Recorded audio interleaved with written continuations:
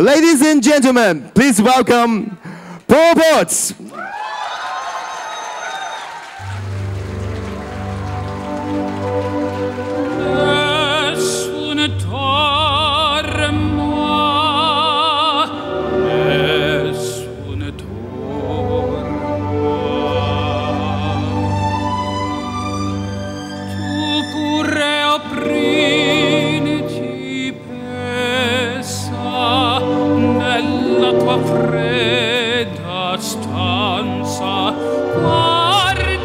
We spent far more time on this album than on the first. The first album, One Chance, was recorded in literally 9 days.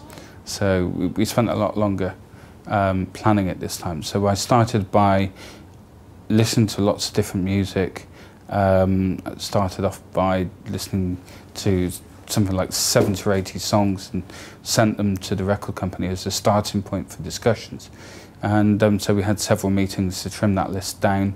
And I wanted the songs to be passionate, because I always wanted the theme to be passion, and so I wanted songs that would reflect all the emotions that we go through in life. And so we ended up with songs that reflect finding love, losing love, hope, despair, happiness, sadness, all the things we go through, all the things we all go through in life. For me, it's an album that, no matter what happens with it, it's one that I'm quite proud of it. I think it's shown some progress since One Chance. I think vocally I'm better than I was, but still constantly working on improving.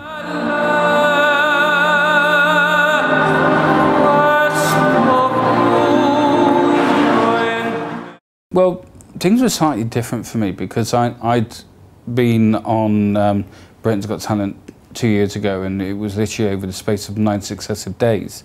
With Susan, she had that constant pressure from the very first week of the show, and it went on for 8 weeks.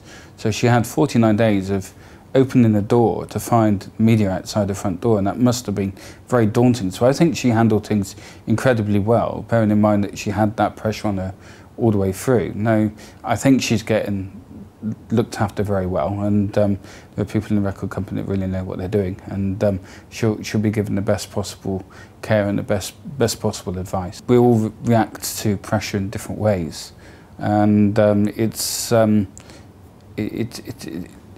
can be quite difficult to face that sudden change. I was a salesman before I did this, so I was kind of used to dealing with questions that come at you very quickly. Although I wasn't the most outgoing of people, I had to find my own way of doing it. So it was slightly different for someone like Susan, who was mainly based at home or helping out at a local church. So it's slightly different for her, and I'm confident that she will have a future in singing in one shape or form. And I hope that she gets to release the album that she's dreaming of making.